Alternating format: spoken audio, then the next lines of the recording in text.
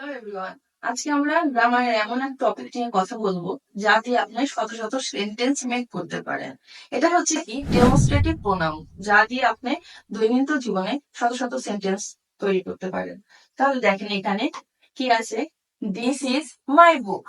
This is my book, এটা আমার বই। দ্যাট ইজ মাই বুক, ওটা আমার বই। কাছে হলে দিস, আর দূরে হলে দ্যাট। আবার ডেমনস্ট্রেটিভ প্রোনাউন যদি প্লুরাল হয় তাহলে এগুলো ওগুলো। তাহলে these are my books, those are my books. এগুলো দিজ আর মাই বুকস, ওগুলো দোজ আর মাই বুকস।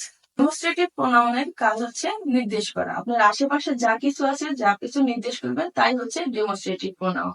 ভিডিওটি ভালো লাগলে অবশ্যই লাইক, কমেন্ট, শেয়ার করে রাখবেন প্রতিদিন ইংরেজি শিখতে।